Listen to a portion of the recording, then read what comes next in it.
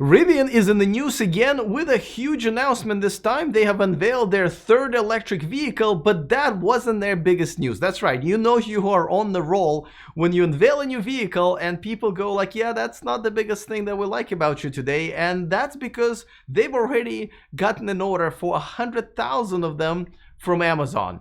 This is ridiculously amazing, and we're going to talk about it. And Eli Burton of My Tesla Adventure is going to chime in because I know we normally talk about Tesla, but this brand is loved by, I think, everybody, including huge Tesla fans, and this is something worth discussing. So I'll tell you all about the deal. I'll show you the van, which is their third vehicle, and then Eli will come on and we'll talk about it. All of this is coming up next.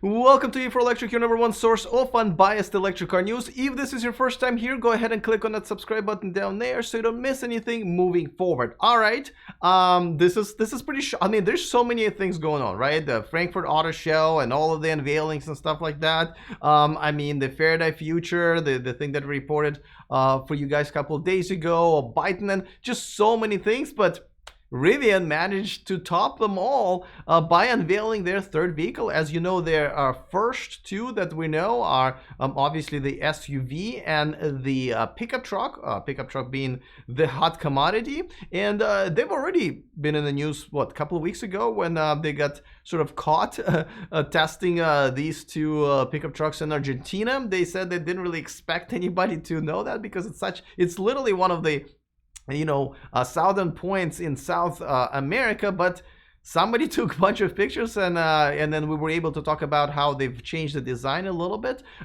So there's a video on my channel about that. But they've been pretty hot. You know, their kitchen thing is a big hit with overlanding people. I mean, it's a big deal. But now they've released their third vehicle, and here it is. It's an Amazon last mile delivery van. As you can see, it's a much larger vehicle. I'm assuming it's going to build on the same platform, and they would just add more modules and do an update to the chassis and the powertrain. But this is going to be specifically designed for Amazon. And Amazon, as you know, they are one of the latest investors in Rivian, one of the three. They're really getting their money worth, and the reason Amazon is doing it because they are still committed to the Paris Agreement, even though the United States decided not to participate as a country. Many companies, including Amazon and many countries and cities, have stayed in, and this is a way for Amazon to contribute. Now, here's the thing: 100,000 is a lot, and I'm going to assume that the price is hard to guess, probably between 50 and 80,000, kind of hard to guess here. On one hand, it doesn't have to have all the luxury and cool stuff and flat screen monitors inside, but on the other hand, it needs to be really durable, much bigger, obviously, probably have a bigger battery, but we'll discuss that as well. So they're planning on having, and this is where they differ. So the Rivian PR person told me that they'll have 10,000 of them on the road by the end of 2022. But Amazon press release says in the beginning of 2022. In the next couple of years, they're planning to have 10,000 of them, and all 100,000 item order will be done by 2030. And this is the largest electric vehicle order in history, which is all great, of course. Now, Rivian wants to also make a point that this will not get on the way of the release of their pickup truck and of their SUV, even though it's all going to be done in the same plant in Normal, Illinois. Now, don't forget, that plant is going to be pretty crowded because not only are they going to be making a pickup truck and then an SUV, they're also going to be at least probably making powertrains and batteries for Ford, because Ford is collaborating with them as one of the other investors. And now 100,000 vans for Amazon, and they're also saying it's going to be left in right-hand drive vehicle. So that plan is going to get a little busy. They might borrow some tents from Tesla to set up outside for some extra assembly lines, but I get ahead of myself. So that's the news, but there's so many different caveats, right? Is there a connection to Tesla? Is Rivian essentially competing with Tesla in a very different type of way? And also, let's talk about how this whole revolution that Rivian is now leading is concerning Tesla, their pickup truck.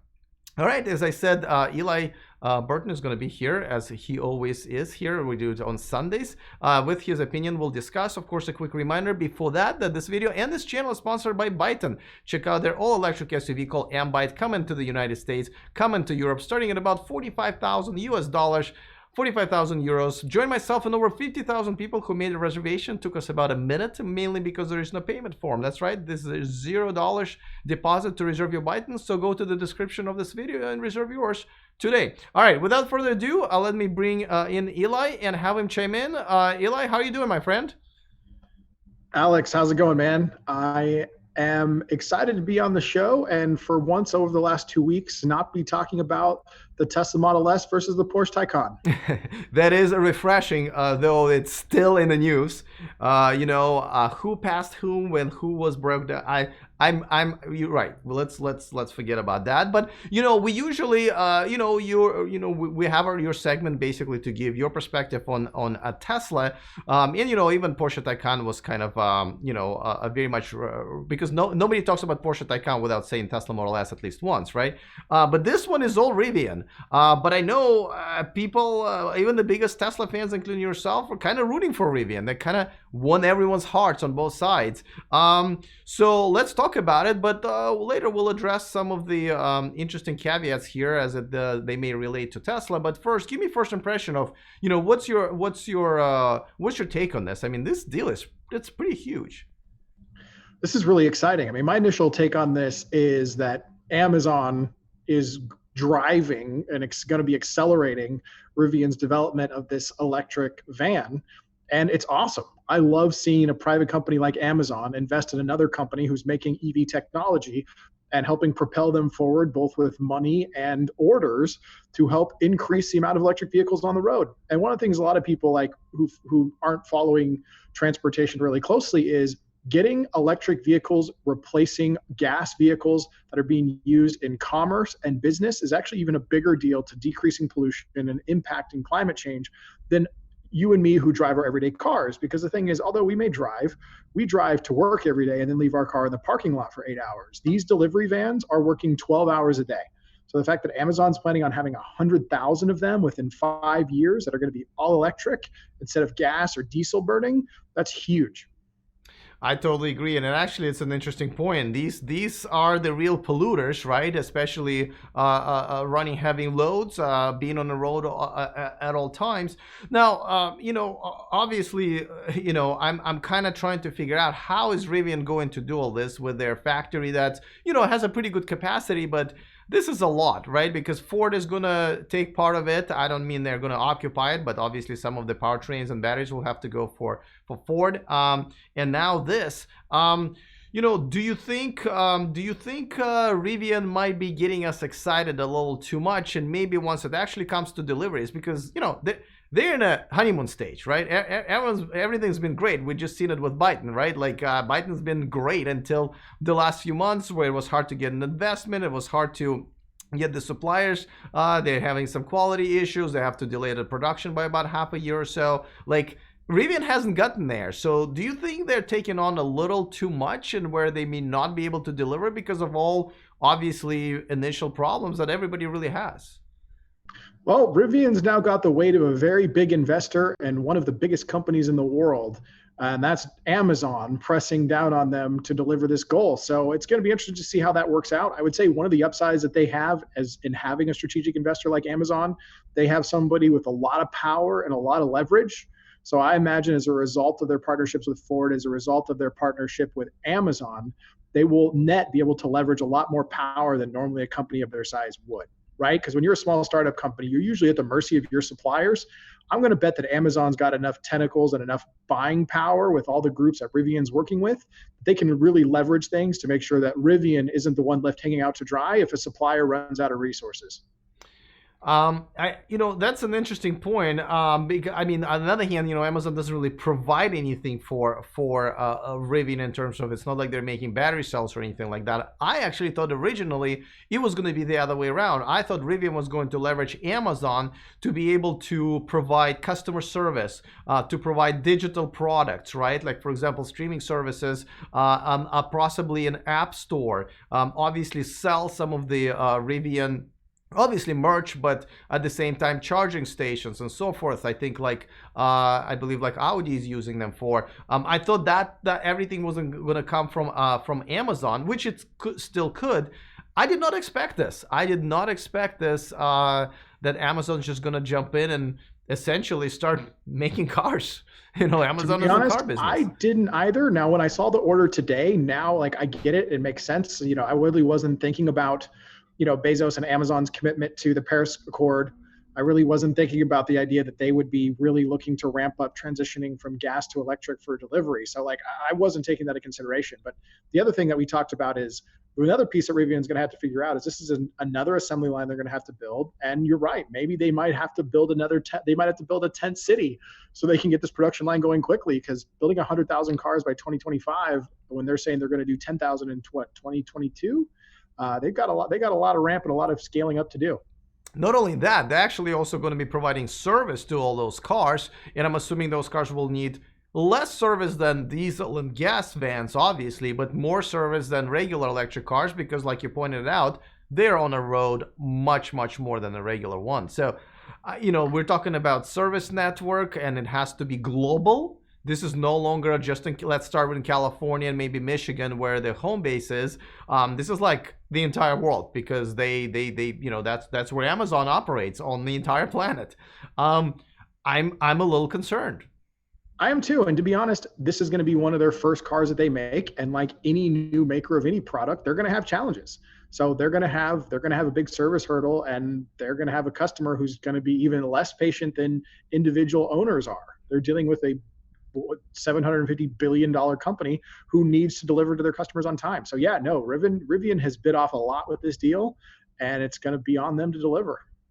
Absolutely. Now let's talk about how this concerns Tesla, because on one hand people go like, well, this has nothing to do with Tesla, but actually it does, right? There are a few things that Rivian's doing differently here. They are partnering up with other companies more and more, where and also I believe they have a deal with either Rima, somebody for Rima, that escapes me a little bit, but you know, they're partnering more and more with the third parties to benefit them and benefit those third parties as well, where Tesla is actually bringing everything in house. And I know this is Android versus Apple type of the a deal. Both models do work to a certain extent.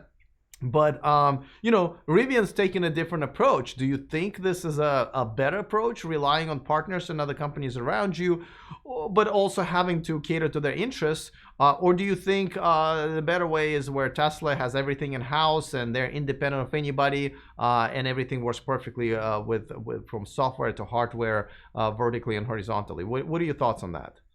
I think the best outcome for a consumer is true vertical integration like Tesla is doing. And Steve Jobs said this best: people who care about making great software also make their own hardware, right? They make it from end to end and they design it for their solution. However, Tesla has the benefit of doing this all in-house and building it because they're the ones who pioneered the sector. The same way Apple did with the smartphone. Part of the reason why Apple was able to do what they did and didn't even have to think about going the Android route, which is integrating with everybody, is because they were the first mover. They were the innovator.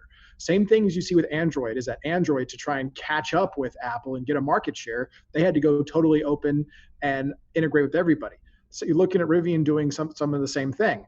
If they were to do this all in-house, it would take them way too much money, way too much time, and they probably couldn't get the investment needed to do it. So instead, they are going the other way, which is doing a bunch of partners, going much more open, and that's going to be their place to growth. I think there's absolutely a place in the market for both type of approaches. And if you're a later entry, you have to go that route. You have to go with integrating with everybody else if you want to reach the size of your early moving competitors.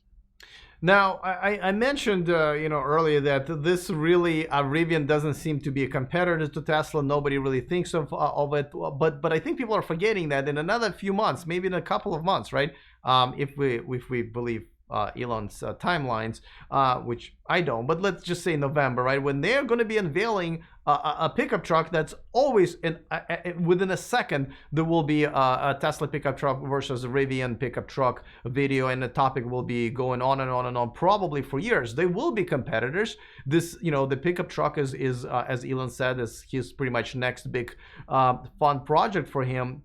So these companies will compete head to head. From what we know now, do you think Rivian might just be ahead of Tesla, at least for the time being? Rivian is definitely ahead of Tesla in releasing their prototype. It will be interesting to see how much Rivian beats Tesla to volume production, because Rivian has never done production. So that's going to be something that we really don't know, and time will tell. And as for the pickup truck unveiling with Tesla, I think it actually will be November finally. And here's why. We've already had the 6 months of delays. So we're probably coming up on when Tesla's actually going to get it done. Because remember, this was originally supposed to be in like what, May, then June. So I think we're going to ultimately probably see this product unveiled in November. So I think that's going to be realistic now. Now, as for is it going to compete with Tesla? Well, that's going to be interesting to see. They're definitely going to be in the same market. Are they going to be stealing sales from each other? That's kind of unknown. I think that depends on what the capabilities of the base model pickup truck is from Tesla, because the Rivian is talking about a $70,000 plus base version versus Elon's already promised that the base version of the truck is going to be a $49,000 price point. So it's going to be interesting to see what the gap is in feature set and performance. But seeing how Tesla is matched up to other vehicles at the price point, I'm expecting that the $50,000 version of the Tesla pickup truck, just on how we've seen Tesla's batteries and performance match up on other cars, it's going to probably be really compelling to the $50,000 price point Rivian. All right. $70,000 price point Rivian. All right. I mean, fair enough. But let's talk about something that I am a little bit worried as far as Tesla is concerned. We've seen that image, which I always compare to the copy machine that was left in the dark. That's the only design that we know of a Tesla truck. But we've also been warned by Elon that not everybody is going to like it because the design is so extreme and so modern, cyberpunk. I think he mentioned, where Rivian is actually more traditional. I mean, not everyone's crazy about the headlights. I'm not, but overall, it looks like just a nice, slick version of a regular pickup truck. Do you think this is where Tesla is taking too much of a risk? While let me roll this back, right? They could take risks with design and a few other things, 5-6 years ago, where there's just no competition whatsoever, even 3 years ago. But now, the competition from Rivian, the competition from obviously Ford is going to be there, and they're entering a market where they're no longer kings just by being there. Do you think this might be a mistake, designing something that modern and risky, and maybe not being able to compete with Rivian and Ford and others? My hypothesis is the reason for the amount of delays we've seen on the pickup truck, especially when Elon went on Ryan McCaffrey's show, he sounded really confident that the design was coming out soon. And that's where he talked about that a lot of people aren't going to like it. It's going to be cyberpunk and all this stuff. I think they're dealing with I think they're combating internally about the design. I think that's what's causing the delay. Because as much as I think a cyberpunk truck would be cool, I'm never going to buy a truck. And the people who are going to buy this truck are going to be people who have F-150s currently. And if you're good, and there's a lot of people that want this, but if you go with the design of the car that's so out there that when they show up to their construction site, they feel like they're going to get made fun of, they're probably not going to buy this vehicle. So when I heard that, I was concerned, because I'm like, oh great, they're going to make a design that you and people who bought the Model S and Model 3 love, but that they're not the audience or they're not the customer for the car. So I'm going to be interested to see what they come out with, and I'm hoping / guessing that what they're going to do is going to be a bit more traditional, a bit more conservative. I've heard theories that they're going to make 2 versions of it, but that I don't believe, because having 2 different body types and all that is expensive. It's almost making 2 different cars. But yeah, I hope this doesn't come out to be some cyberpunk vehicle, because if it does, its performance needs to be so much unbelievably better than the gas cars and so much better than the competition that people will buy it even if they don't like the design. Right. And actually, it's a good point that you brought up, right? It's about like, are these guys are going to buy a truck where, maybe it's better, but if everyone's going to make fun of him, it's a big macho guy type of a thing. And also, don't forget, it has to actually have enough tools. Like, Tesla has not been known for providing tools for construction workers. It's been about providing technology, luxury, and so forth. We don't know. This is their first project bringing this to a very different audience. And I think that's why they might be struggled with a semi-truck, and that's why that's taking so much longer with semi-truck, is because, making, trucks for for a different industry that needs tools and cares less about design and flat screens, it's a different game. I think there's a big difference between semi-truck though and the pickup truck, because semi-trucks are bought by corporations for the most part, and corporations care about the bottom line. So if Tesla is like, yep, here's the vehicle, here's how much you're going to save, here's the savings per mile, here's the less maintenance, companies will get past if they don't like the design as much, because they can look at the bottom line and the savings and the added profits it's going to bring to the executives and the shareholders. So executives will look past any of those design things for money. And what they did with the Tesla semi-truck, although it looks very different, they very intentionally designed this just for aerodynamics. And I actually think it looks cool. Like, I mean, like, it definitely looks like a futuristic semi-truck. It doesn't look, it still looks like a semi-truck. It just doesn't have these giant grills and these giant air vents and all these things that you had to have that kill your what I forgot how the way they measure aerodynamics, but was it a C variable? Anyway, it kills the aerodynamics on the vehicle. But the fact that we don't have to deal with that and we can focus on aerodynamics for range, businesses won't care. Businesses will buy what saves them money. Businesses will buy what's safer. However, individual consumers who are making choices, the design matters. So I think the pickup truck design is going to be far more critical than it is going to be for the semi. No, I totally see your point, and you're right. I guess my bigger point was that, you know, Tesla is a new territory with semi-truck and a pickup truck, and they may not get it right in the first hand. Where, you know, Rivian has been designing this from the very beginning to be a pickup truck. They've consulted obviously a lot of, you know, fan, and now they have Ford, the maker of F series, that will definitely chime in and probably give them some expertise, not only in design and focus group and what they just know about their customers, but also about how to put one together and make sure they don't have as many production issues like maybe Tesla will. Well, listen, this is definitely an interesting topic to follow. I got to tell you, out of everything that came out of Frankfurt Auto Show and other events like Fair the Future one that I went to yesterday, this does seem like it once again stole the spotlight, and this is exciting. This is definitely the year of Rivian, but just like, you know, with many other manufacturers, the year of execution is where things get tough, and that's where you get maybe not as good of a publicity and their trouble. So obviously we wish them the best, but we should always, at this point, knowing what we know about pretty much all the other brands, expect some trouble. So so yeah, thanks for coming over and kind of give us your perspective. It's always very unique, but for now, tell us where everybody can find you and what's next on your podcast. Yeah, so you guys can find me on YouTube at My Tesla Adventure, but I'm also most active on Instagram at My Tesla Adventure and on Twitter under my personal handle, which is Eli Burton _. And one of the things that we have coming up next on our podcast is we have our friend Soph coming on as a guest. I think might have talked about this last week, but he's the first person to get the Autopilot 3.0 upgrade from his 2.0. So we recorded the episode early this week, and it's going to be launching either this weekend or early Monday or Tuesday.